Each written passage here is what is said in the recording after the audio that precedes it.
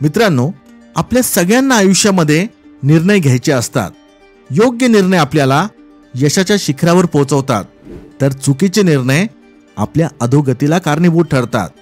श्रीकृष्णाने भगवद्गीतेमध्ये योग्य निर्णय घेण्यासाठी काही युक्त्या सांगितल्या आहेत. 5000 वर्षांपूर्वी सांगितलेल्या ह्या गोष्टी आज सुद्धा तेवढ्याच खऱ्या आहेत, ज्याचा वापर करून आपण आयुष्यामध्ये योग्य निर्णय घेऊ शकतो. मित्रांनो, तुम्हाला विनंती करतो की व्हिडिओ शेवटपर्यंत बघा, कारण तुमचे आयुष्य पूर्णपणे बदलण्याचे सामर्थ्य या व्हिडिओमध्ये आहे. चला तर मग आजच्या व्हिडिओला सुरुवात करूया. मित्रांनो, सर्वात आधी मी तुम्हाला एक प्रश्न विचारतो.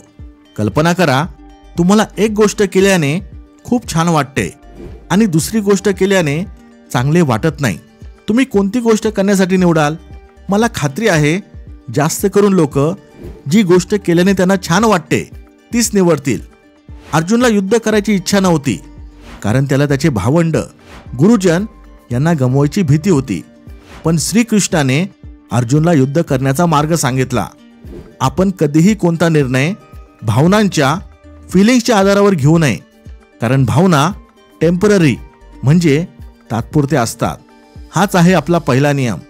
आपल्या भावना फिलिंग्स टेम्पररी असतात. आपल्या भावनांच्या आधारावर कधीच निर्णय घेऊ नका. आजच्या काळातले उदाहरण घेऊया. एका विद्यार्थ्याला इंस्टाग्राम, यूट्यूब शॉर्ट्स बघणे छान वाटते, पण अभ्यास करायला चांगले वाटत नाही. म्हणून भावनांकडे लक्ष देऊ नका. जो निर्णय घेतल्यामुळे तुम्हाला छान वाटते गरजेचे नाही तो तुमच्या हिताचा असेल.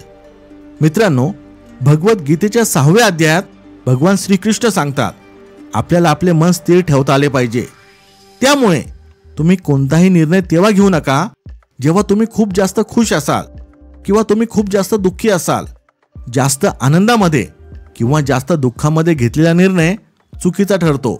तुम्हाला सुद्धा अनुभव असेल, जेव्हा लोक खूप जास्त खुश असतात तेव्हा तुम्ही त्यांच्याकडे काहीही मागा ते तुम्हाला देऊन टाकतात, आणि जेव्हा लोक खूप दुःखी असतात ते एकदम त्याच्या उलट वागतात. तुम्ही साधी त्यांच्या तब्येतीची जरी विचारपूस केली तरी त्यांना त्याचा राग येतो.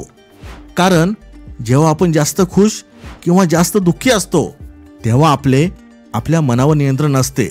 त्यामुळे दुसरा नियम सांगतो, जास्त खुश किंवा जास्त दुःखी असताना कोणताही निर्णय घेऊ नका, नाहीतर तुम्हाला पश्चाताप करावा लागेल. तिसरा नियम आहे, कोणताही निर्णय घेताना एक प्रश्न स्वतःला विचारा की मी हा निर्णय रागामध्ये किंवा कोणत्या मोहामध्ये येऊन तर घेत नाहीये ना. मित्रांनो, काही वर्षांपूर्वी अमेरिकन लेखक स्टीफन कोव्ही याने एक पुस्तक लिहिले होते, 7 habits of highly effective people. त्याच्यामध्ये पहिली सवय जी सांगितली आहे ती म्हणजे बी प्रोएक्टिव्ह. पण भगवद्गीतेमध्ये हे 5000 वर्षांपूर्वी सांगितलं आहे की निर्णय घेताना थोडा विचार करा की मी हा निर्णय रागामध्ये किंवा कोणत्या मोहात येऊन घेत नाहीये ना. मोह म्हणजे हा माझा भाऊ आहे, तर मग मी ह्याचे सगळे दोष माफ करून ह्याला चुकीच्या गोष्टींमध्ये सुद्धा साथ देईल. आणि रागामध्ये घेतलेला निर्णय नेहमी तुम्हाला पश्चाताप करण्यास भाग पाडेल. रागामध्ये घेतलेल्या निर्णयामुळे काही जण मर्डर सुद्धा करतात. चौथा नियम आहे, फक्त परिणामांवर फोकस करू नका. मित्रांनो, भगवद्गीतेमध्ये एक शब्द तुम्हाला वारंवार दिसेल, तो म्हणजे निष्काम कर्म. म्हणजे कर्म करत राहा, फळाची अपेक्षा करू नका. मित्रांनो, विचार करा की तुम्ही आतापर्यंत अनेक चांगली कामे करायची बंद केली असतील, कारण तुम्हाला अपेक्षित परिणाम मिळाला नाही.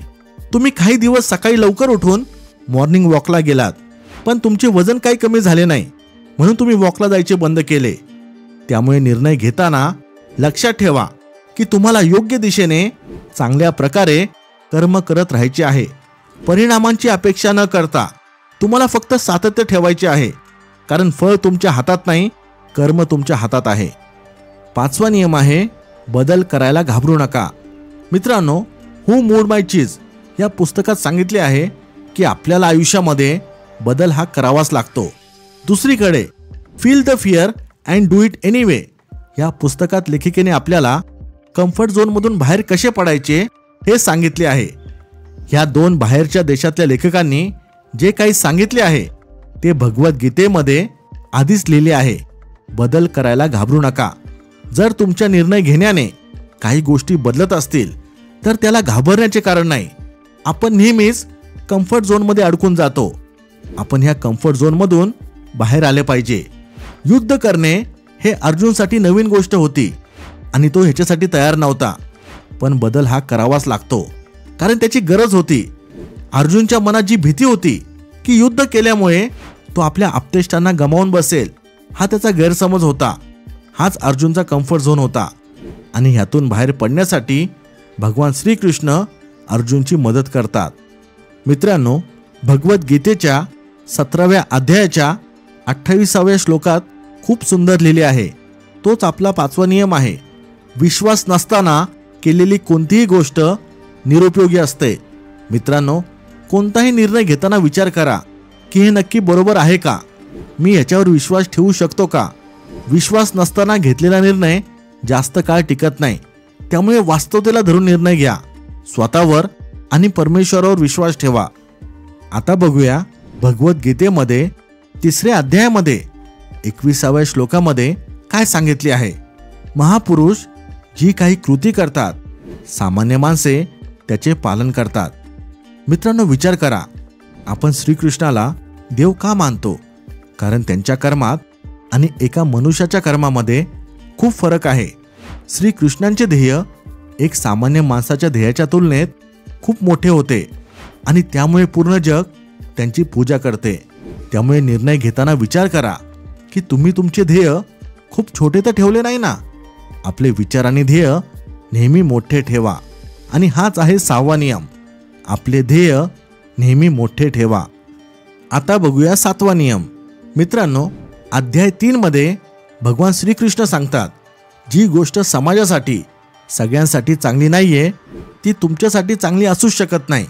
जर तुम्हाला वाटत असेल एखादे काम केल्याने तुमचे तर भलं होईल पण बाकीच्यांचे नुकसान होईल, मग ते काम करण्याचा निर्णय घेऊ नका. हाच आहे 7वा नियम.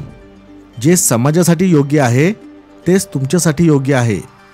मित्रांनो, 5व्या अध्यायामध्ये श्रीकृष्णांनी ही गोष्ट स्पष्ट सांगितली आहे. जी कोणी व्यक्ती परमेश्वरावर 100% विश्वास ठेवते ती सुखी असते. त्यामुळे कोणतेही महत्त्वाचे निर्णय घेताना परमेश्वरावर विश्वास ठेवा. हाच आहे 8वा नियम.